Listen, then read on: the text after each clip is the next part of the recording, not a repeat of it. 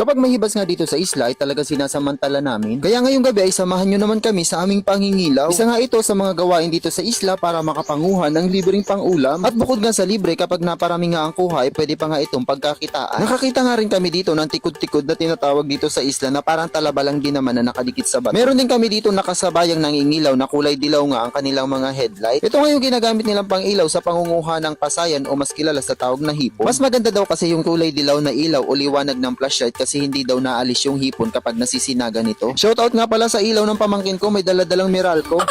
At pagkadating nga namin dito sa tinatawag na tangkulan ay bumungad agad sa amin ang malaking tamala. Sobrang takot nga dyan yung pamangkin ko pero ako naman sanay na kaya agad ko nang dinakma. Sayang din naman kasi kapag nakawala. Bukod nga sa pana ay may dalawang paraan para manghina ang tamala. Kapag nga ako ay nanghuhuli ay nakasanayan ko nang kagatin yung bandang liigan ng tamala at hawiin yung galamay nito pababa para tuluyang manghina. O kaya naman kung nasa to yung parte o medyo mabato ay pwede naman itong ihampas-hampas para tuluyang manghina. At kung tatanungin nyo naman ako kung hindi ba ito nangangagat, ang sagot ko nga ay oo, nangangagat ito kasi may ngipin din naman ito. Kaya naman kung kayo ang nakakita o manghuhuli, kailangan talagang targetin sa may bandang ulo para hindi na nga makakagat pa. At sa pagpapatuloy nga namin dito sa pangingilaw sa may tangkulan ay nakakita nga rin kami ng saa. Bihira nga lang din kami makapunta dito sa tangkulan kasi medyo malalim nga ang dadaanan. Kaya nga sa pagpunta namin dito ay basa nga kami hanggang bewang. At higit pa nga sa medyo nakakatakot kapag hindi sanay ay uso na nga rin ngayon ng salabay. Kaya kailangan din talagang mag-ingat lalo na ngayong summer na. Kaya hindi lang sa umaga kundi pati gabi ay pwede silang sumalakay. Parang kalaban lang no?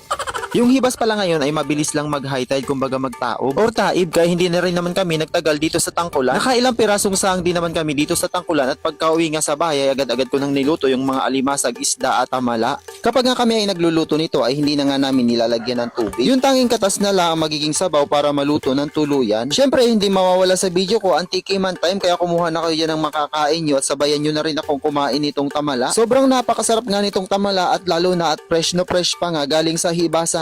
Sa lasa naman ito ay nag-aagaw nga ang matamis-namis at maalat-alat na lasa na sadya naman talagang napakasarap sa panlasa. At syempre pagkatapos ng pangingilaw ay sobrang nakakapagod at nakakagutom na rin kaya kumain na nga rin kami pagkaluto ng mga pinagluluto namin.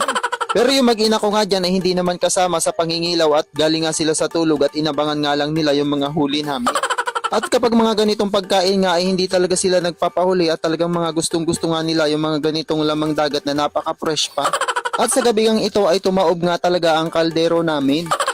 At kinaumagahan naman ay ito namang mga kinaso ng aking lulutuin. Ito pa nga din yung kuha namin sa pangingilaw kagabi. Dapat nga ang mga alimasag ay isasahog ko nga sa ginataang gabi. Kaya lang nagkataon naman na Biyernes Santo at pinipigilan nga akong maggulay ng gabi. Na alam nyo naman kapag nandito sa probinsya ay napakarami talagang pamahiin. Kaya ang ending ay isasabaw ko na lang din ito at ihahalo ko nga sa sinabawang saang. Nilinis ko na nga din pala yung mga saang at inilagay ko na nga rin sa kawali at naglagay na nga din ako ng isang chill na tubig. Sakto na nga ito para maging sabaw sa niluluto kong alimasag at saang. Dahil sabayan ko na nga pinakulo yung tubig at saang at yung alimasag ay dating luto na rin naman kaya hindi kailangan ng matagal na pakuluan. At pagkatapos nga inilagay ko na nga yung mga niluto ko sa malaking bilao na may dahon ng saging para nga kainin na rin at matik. Amoy pa nga lang nitong sinabaw na alimasag at saang ay talaga namang nakakagutom na. Kaya ano pang inaantay nyo, kumuha na rin kayo ng makakain at sabay nyo na nga akong kumain. At habang kumakain nga ako ay gusto ko muna i-shoutout si Lods Mud Shrimp Vlog. Kamusta na Lods? Maraming salamat sa suporta. At sa mga gusto magpa-shoutout dyan at hindi ko pa nga na siya shoutout ay pwede nga kayo mag-comment dito sa videong ito at sa next video ay isi-shoutout ko kayo. At hihingiin ko pa nga din yung patuloy ninyong suporta sa mga darating ko pang video. At syempre bago matapos ang videong ito ay gusto ko lang din pasalamatan yung mga taong laging nakasuporta at laging nanonood ng mga contents ko. Maraming